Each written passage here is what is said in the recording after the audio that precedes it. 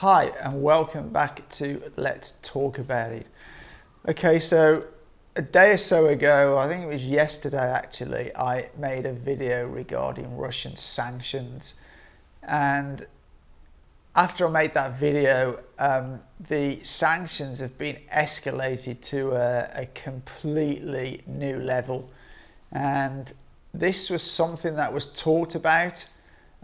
But the EU and the US have gone even further. Not only have they sanctioned Russia using the SWIFT system, but they've also sanctioned the Russian central bank. Now this is pretty big. So first, quickly talk about the SWIFT. This is not the death blow to Russia that people expect. There's a lot of holes in the sanction of the SWIFT system, in the sense that, as I mentioned in my previous video, Russia are a big supplier of energy, wheat and metals, and the West cannot do without those things. It would bring Western economies to their knees if Russia cut off energy and metals and wheat.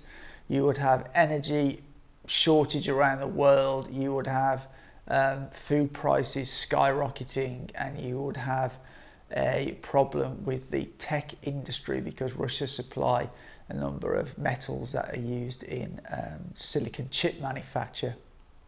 However, sanctioning the central bank is a bigger problem, and the reason why they have done this, and this is what my investigations and talking to people have uncovered, is that, and I think it's even now being openly discussed in Western media, is that they were hoping that by sanctioning the central bank would cause a short on the ruble. And I think the result of them putting these sanctions on the central bank was that they were hoping for pressure, international pressure on the ruble. And in fact, it's probably likely that the ruble will come under severe pressure over the next days from foreign investors shorting the ruble.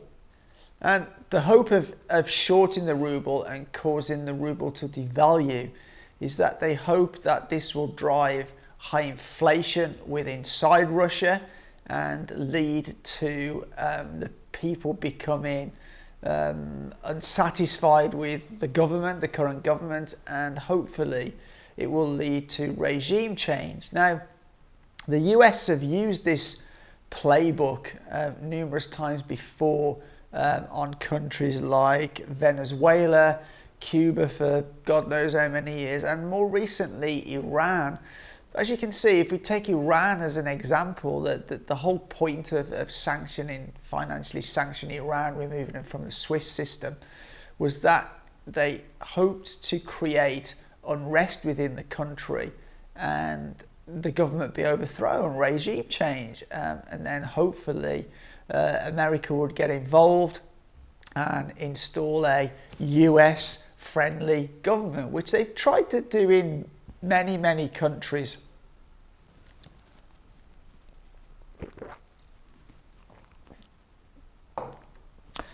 But the difference here is that Russia are a much bigger and stronger economy than Iran and Venezuela and Cuba.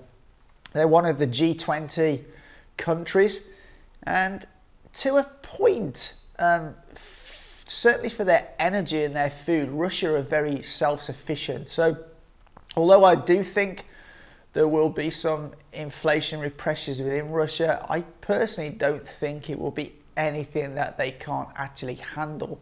And I personally don't think it will result in regime change.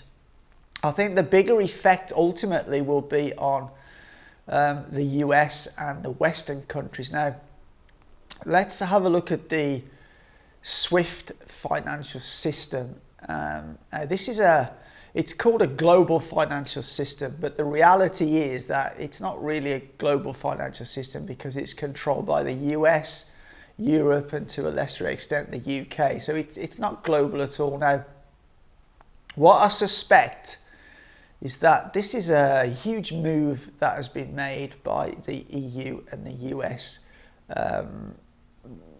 by doing this, and I think there will be many other countries looking on and seeing how this small group of countries are using a global financial system as a weapon, and they will be thinking, maybe if we fall out with America, that could be us next. Because you see what America do, they use this totally as a weapon, and even recently you see that they've seized and confiscated funds that belong to Afghanistan.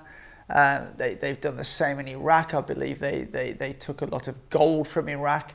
So they kind of go around thinking that, you know, they can do this at their leisure. And I think a lot of countries will be starting to question the integrity of the global financial system. And I think this will lead very much so to other countries setting up their own payment systems for trade. And we're already seeing that with Russia and with China. China have a system called CIPS. And I'm pretty sure that what has just happened with the EU and the US will actually go to accelerating other countries developing their own payment systems. So another consequence of blocking Russia from the SWIFT system and sanctioning their central bank, which I may add that not only the Federal Reserve but also the Wall Street banks and also the main European banks advised against this idea, again because they believe it will undermine the SWIFT system and accelerate other countries developing and using their own system.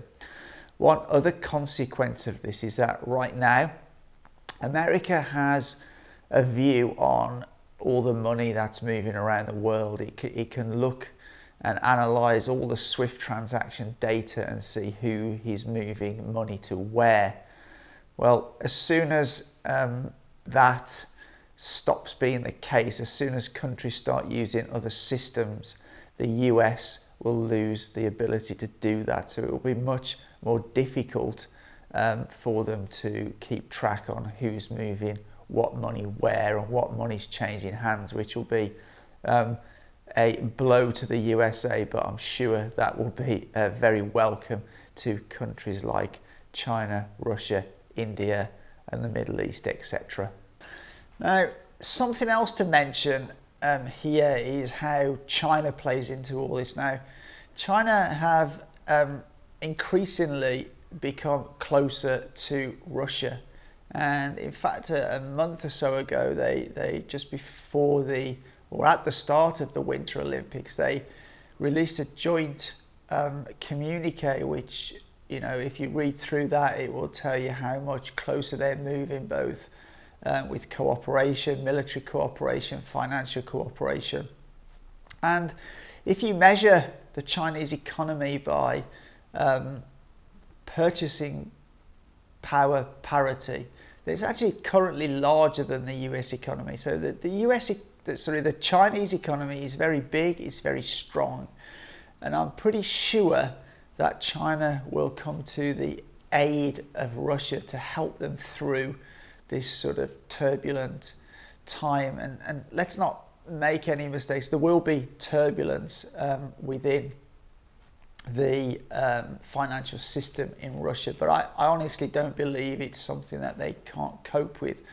And I think also they will have assistance from India. If you notice, India also abstained at the Security Council meeting, and it's interesting to note that all these sanctions that the EU and the USA are imposing on Russia have not been voted at the UN Security Council. So they literally unilateral sanctions, and I doubt very much whether the Middle East, India or China will abide by these sanctions. You see this with Iran. You know, China are buying record amounts of oil from Iran, and actually that's a big benefit to China because they're actually buying oil from Iran at a cheaper price than they are on the world market.